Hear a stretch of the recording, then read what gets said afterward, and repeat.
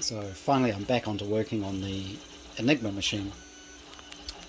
I do have my 3D printer set up and working reasonably well again. I'm just test printing something not Enigma related, just another little model just to see how well it's working.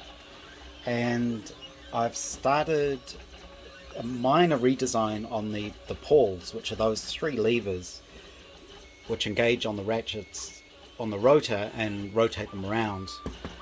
And what I've found is, now that the reflector has its pogo pins in there, when the stack is assembled, it pushes on the rotors, which is what you want it to do. But what I've found is these are then a little bit too close to the edges off the rotors, and they'll actually get stuck. There's a little bit too much friction. So what I want to do is redesign these to shift them over about 0.5 millimeter should do it. So I have started doing that. I've reprinted some just in white because that's what happens to be on the printer at the moment. I will reprint them in grey, but it kind of shows how out of practice I am, because I've completely messed up the modelling on these parts. So we can see, if I hold the rotor stack there, shift that over, you can see I've got the spacing wrong, so they're not lining up. But it should be easy enough for me to redesign those parts and reprint them again. The other thing I'm looking at is, I just have these falling back under gravity. You can see the little brass weights on there, and I think that'll work fine.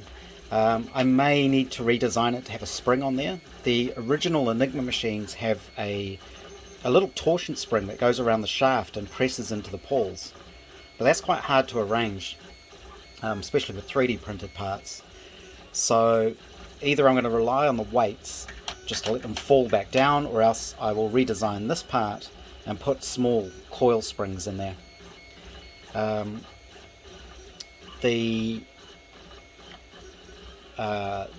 The mistake I made basically was how I shorten these things, so I need to redo that part of the model and reprint. I don't have to reprint all of these, I can just reprint a couple of pieces to get the spacing correct again.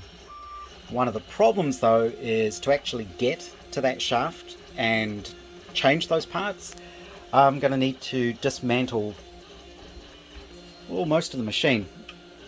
That shouldn't be too hard to do, but it is going to take me a little bit of time. So I have to wait until this print finishes, and I will go in and fire up Fusion 360 and redesign those parts, and then I'll probably change back to the silver filament. White works okay, but it gets very dirty as you handle it. It gets quite grubby, especially if you're like me and your other hobby is fiddling with old cars. So I'll reprint those in the silver and see if that makes things any better. The other things I need to do are actually start wiring up the rotors. So I pretty much know how that's going to work now, because I've already done one side with the pins on here, and I've done the entry wheel with the flat rivets, so I know that works. So it's just a matter of actually doing the wiring in the rotors. It's a very wet and rainy day today, so it's a good day to be in the lab playing with this Enigma machine again. I've finally got the printer set up and running nicely. I've been trying to figure out some of the networking issues with it. So the printer is connected to a little Raspberry Pi up there that's running a Repeater server, and I've got that connected via Ethernet to my little PC down there, and the PC is connected via Wi-Fi to my home Wi-Fi network. And the problem I have is I cannot get the Raspberry Pi, which has the print server on it, visible to the rest of the network. I can get it visible from this machine, so I can actually run it all from this machine, but I can't then connect to it from any of the other machines on the network. And I've tried all sorts of different settings. I've tried bridging the two network ports, but I just haven't been able to get it to work at all. So the best I've been able to do is get this set up with a static IP address so I can always access it from here on the right IP. What it ends up doing is my home network IP range is 192.168.1. whatever, but when the Raspberry Pi connects to my Windows machine, I get a 192.168.137 subnet address, and I don't understand why. I believe that's why it's not visible from anywhere else on the network. But if anyone knows exactly how you're meant to configure that in Windows, this is Windows 10, it'd be interesting to know. But the printer is working. It's printing out reasonably well most of the time. Often with 3D printing you have a lot of failures, so this was some of my test prints, and I've been printing other little things. This was just a little, where's the good one? I think this was one of the better ones I was able to do, trying to get the quality and the settings all correct on the printer. These are just little models of Thingiverse. But I was finally able to print a new set of the poles that push the rotors around, and these are these pieces down in there, and I just needed to print them so they were fractionally more to that direction so that they won't rub too much against the side of the rotor stack. There was just a little bit too much friction, which meant maybe once in every 10 or 20 key presses it would just, the first ratchet would fail to engage properly. So I've reprinted those now. The problem is changing those means getting this apart, and that basically means I'm going to have to strip down most of the machine just to get inside there. So that'll be the next job, doing that. This is a good time to show some of the, I guess they're shortcuts I've taken, or practicalities of trying to make a 3D printed machine where you can't really make every single piece 3D printed. It's just not practical. So, for example, to make sure everything is rigid and nice and solid on my machine, I am using an aluminium base plate. I could 3D print this, and you could print it in a way that it's going to make it rigid and solid. It'd have to be thicker than the 3mm thick that you've got here, and you'd probably need stiffening ribs and things all over it. And obviously this is quite a big piece, so you'd need quite a big printer to be able to do it. So in this case I've just cheated and I'm using the aluminium base plate for now.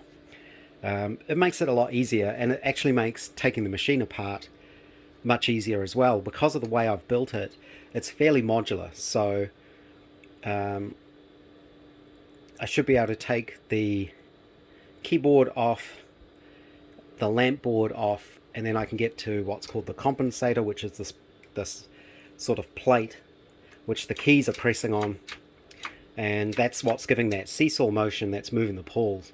Because to get into there I have to take that whole rotor stack apart. So this shows how it's relatively easy to get to all the screws and things. Shouldn't take too long to take it apart. So this now shows the advantage in designing the machine in such a way that it's fairly modular. So you can see I was able to remove the keyboard as one complete unit, and the lamp board also as one unit, and that gives me fairly good access to the internals of the machine. So here you can see the compensator bar. This is the base plate for the keyboard. These just help support the inside of the keyboard, and this shows why making a machine like this takes me so long. Is I'm having to figure it out as I go along and redesign every piece to make it work in plastic rather than in metal. So a good example of that is these, which are the feet of the lamp board, and they're also the thing that provides the mounting point for the spring to make this compensator bar come back up. That's what these little springs are for.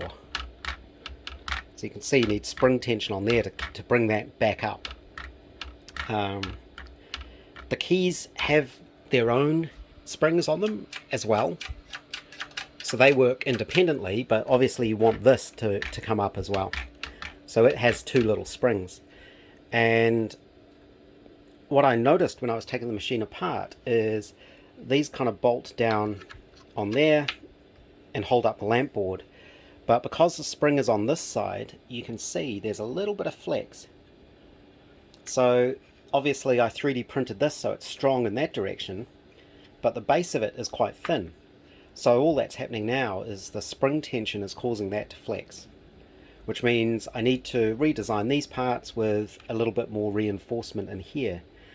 And all that's going to take is, I'll probably just put a little vertical ridge in the middle, because I can, with that in there, I can see how much height I've got in here.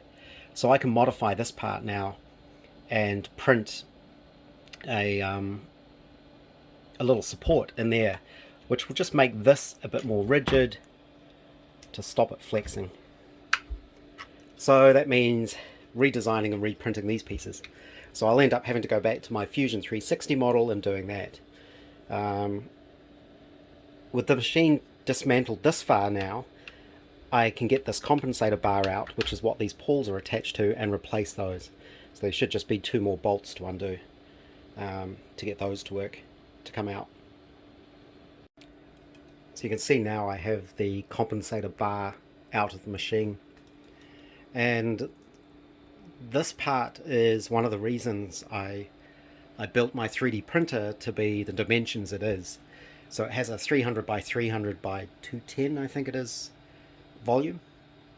And the reason for that is mainly because of this part, because this wouldn't fit on a 200 by 200 build plate as a single part, and I wanted to print it as a single part. So there are others who are kind of replicating what I'm doing on their own, so also building Enigma machines, and I know some of them have had to build this piece as separate pieces bolted together, which works fine as well, but you just have to design it to be built that way. So now I should be able to pull these little split pins out and replace these. Most of the way through changing these over now. You can see, as I say, this is a prototype and it takes a lot of fiddling to get things right. So these two are the same piece, but you can see on the new one I've printed, it's about 1/2 millimeter shorter, and hopefully that's enough that it's now going to work a bit more reliably. I'm just going to re-bolt the little counterweight to it. And another thing worth mentioning is I'm using these tiny split pins just to hold the brass shaft in place, and this is probably one of the very few instances I would ever reuse a split pin. So with my vintage cars or any machinery or anything like that I work on, you would never ever reuse a split pin like this. But because this is a prototype machine and it's not exactly under heavy use or any critical sort of use, I feel fine reusing these. And I'd only just very minimally splayed them out because it doesn't take much to stop them coming out, to be honest. So I'll reuse these. And now we come across one of the problems of projects like this, where I've been working on this literally for years now, and with all the other things that go on in life, you forget where you're up to and what you've done. Turns out redesigning those parts was completely unnecessary because I've obviously already thought of this problem before. And if you notice, there are slots in here, and the reason for those slots and the oversized holes on the bottom of the base plate is exactly for the problem I'm trying to solve, which is that this whole compensator bar needs to be adjusted left and right just to give the right amount of clearance. And it turns out I didn't need to remake those parts. I've got enough adjustment in there that all I really needed to do to make this more reliable was shift this over about 0.5 mm. So yeah, it shows the problems of spending so long on a project and forgetting what you've done in the past. So now I'm going to put back the original ones, and I can easily roll back my 3D model and just check if that makes it more reliable. I'm still going to have to reprint these parts, but I'll reassemble it back to how it was and adjust it properly and see if it works. The other reason I need to go back to how it was is when I reprinted these parts, I simplified them. You can see this part here has this extra little hole in it, whereas this one didn't. And the reason you need this is because the screw head, when it goes into there, needs to sit flush. And the reason it has to sit flush is because when the machine is assembled, this is basically sitting up under here next to the rotor, and you can see it has to hug the edge of the rotor, which means the counterweight also has to clear the bottom of the rotor. So the screw head needs to be recessed, otherwise this hits it. That was another small detail I'd forgotten about. And again, these are all the tiny details that you come across when you're trying to build a replica of a real machine like this. You have to solve all the same problems they had to solve originally.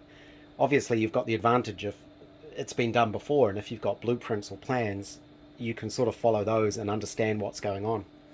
But even then, it's an awful lot of work and an awful lot of experimentation. I would hate to think how many hours work there are in this machine, which makes it all the more amusing when people just send me a message saying, oh, can you just send me all your files? It's like, I don't really think I want to give away literally thousands of hours of work to someone who probably doesn't understand it, wouldn't be able to use them to make an actual working machine anyway, and then they would just blame me. So no, for all those people who keep asking for the files, no, I'm not prepared to release them, at least not until the machine is finished and working and I know it works. Even then it's unlikely because there's just too much value in them for me.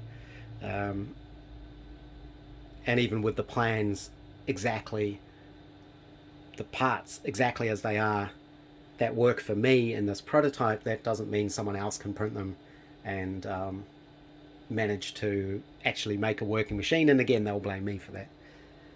It reminds me of a friend of mine, a software engineer. This is a long time ago, probably in the 90s, and it was something to do with DVD writers or CD-ROM players, something like that.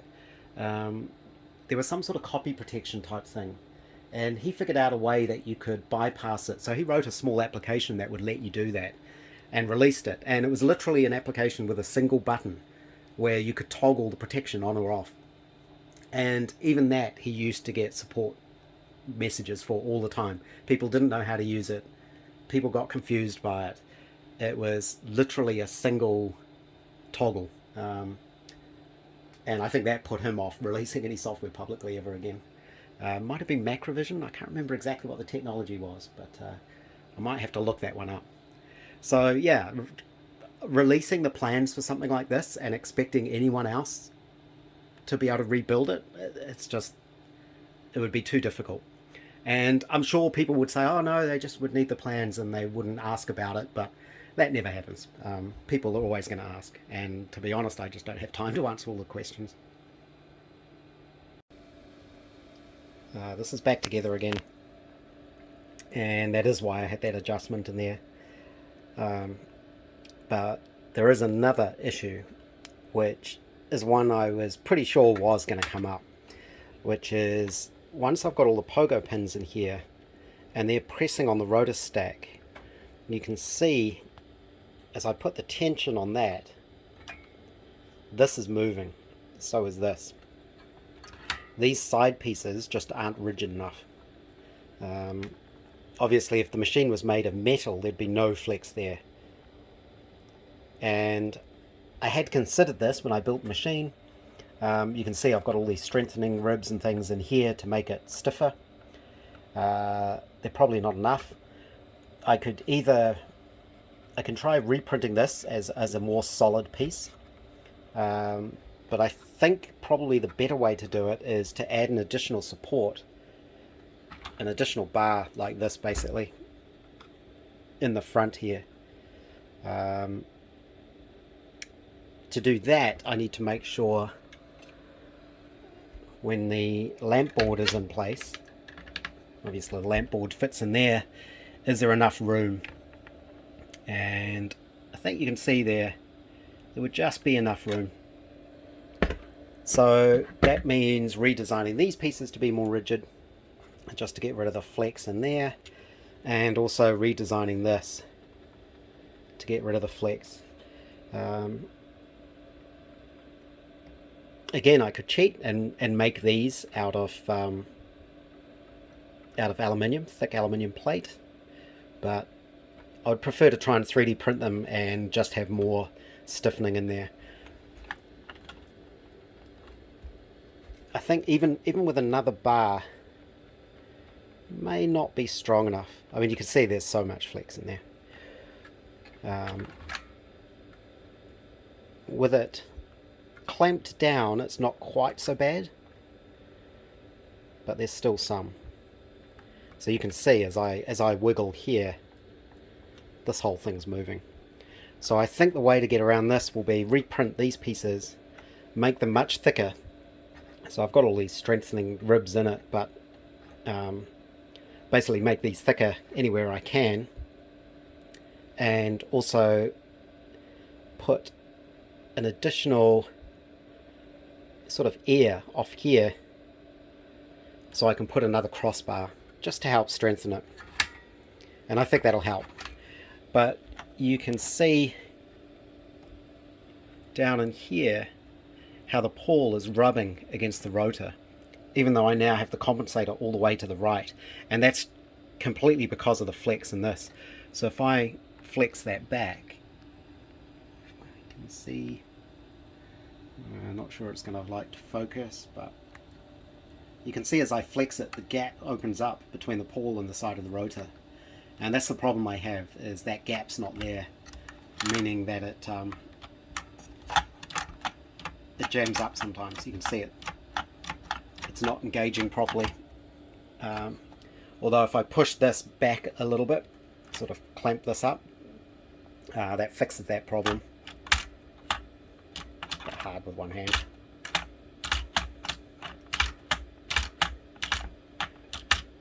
So that's what I'll do now, I guess, back inside and redesign the model.